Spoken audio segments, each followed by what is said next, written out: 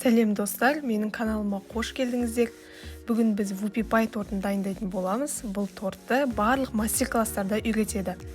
Бізге керекті ингредиенттерді алдын ала дайындап қоямыз. Бірінші 4 жұмыртқаны жарып, оның үстіне шекерімізді қосамыз. Бұл жерде жұмыртқаның температурасы маңызды емес.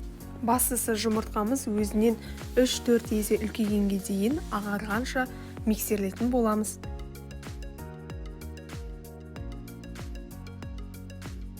Жұмыртқамызды осылай көпіруі қажет.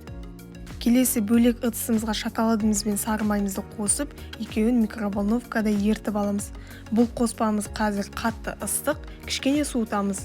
Бірақ бөлме температурасына дейін суытып жіберуге болмайды, кішкене ыстықтау болуы қажет. Келесі шоколадты қоспамыз суып жатқан кезде біз пергамент қағаздарын дайындап аламыз. Ол үшін 24 диаметрлі формамызды алып, пергаменттің үстіне форма жасап аламыз.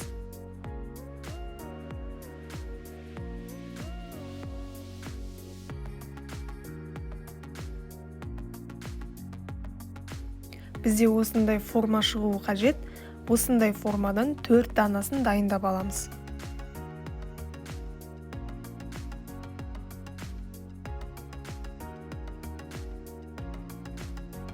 Біздің шоколадты қоспамыз кішкене суыды. Суыған қоспамызды жұмыртқаның үстіне қосамыз. Және біріккенше араластыратын боламыз.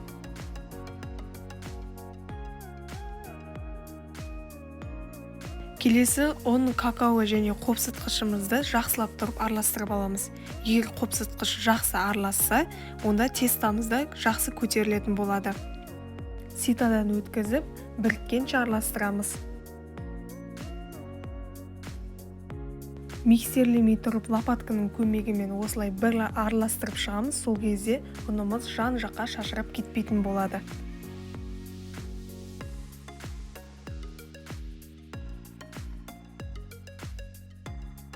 Міндетті түрде лопатканың көмегімен ыдыстың жан-жағында тұрып қалған қоспаларды қамырымызға қосып жіберу керек. Сол кезде қамырымыз әдемі көтерілетін болады.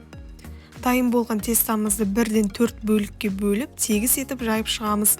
Бұл жерде бір ескеретін жайт, қамырымыз бөлме температурасында тұрып қалмауы қажет.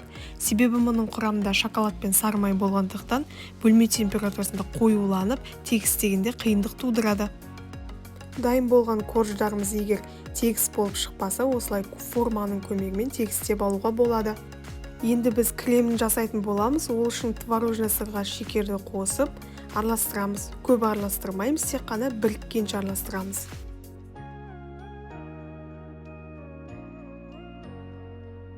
Творожный сыр мен шекерге енді салқын кілегейімізді қосатын боламыз. Кілегей міндетті түрде салқын болу қажет. Холодильникте кем дегенде 7-8 сағат тұруы қажет. Кремімізді қоюланғанша миксерлейтін боламыз. Қатты миксерлеп жіберудің қажеті жоқ, себебі мұның ішінде натуральный сливки болғандықтан іріп кетуі мүмкін, егер көп араластырып жіберсек. Вупи пайдың шариктерін шығару үшін 808 насадкасын қолданамын.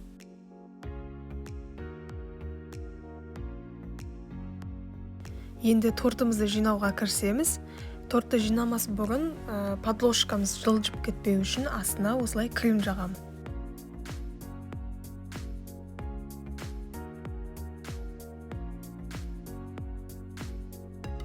Корждарымызды терісінен қойып, шетінен бастап видеодағыдай шариктерін шығарамыз.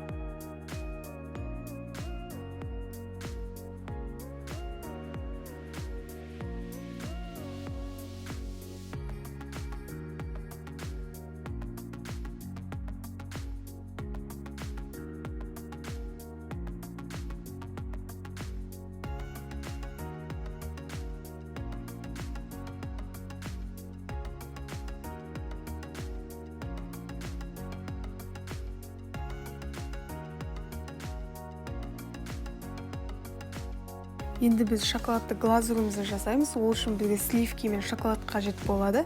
Екеуін бөлек бір ыдысқа салып, микроволновкада ерітіп, бөлме температурасына дейін суыған соң барып торттың бетіне құямыз.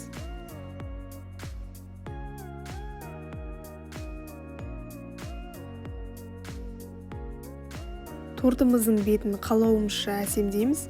Шоколадтармен немесе жеміс-жидектермен оформление істеуге болады. Егер видео сабақ ұнаса, каналға жазылып, лайк басуды ұмытпа.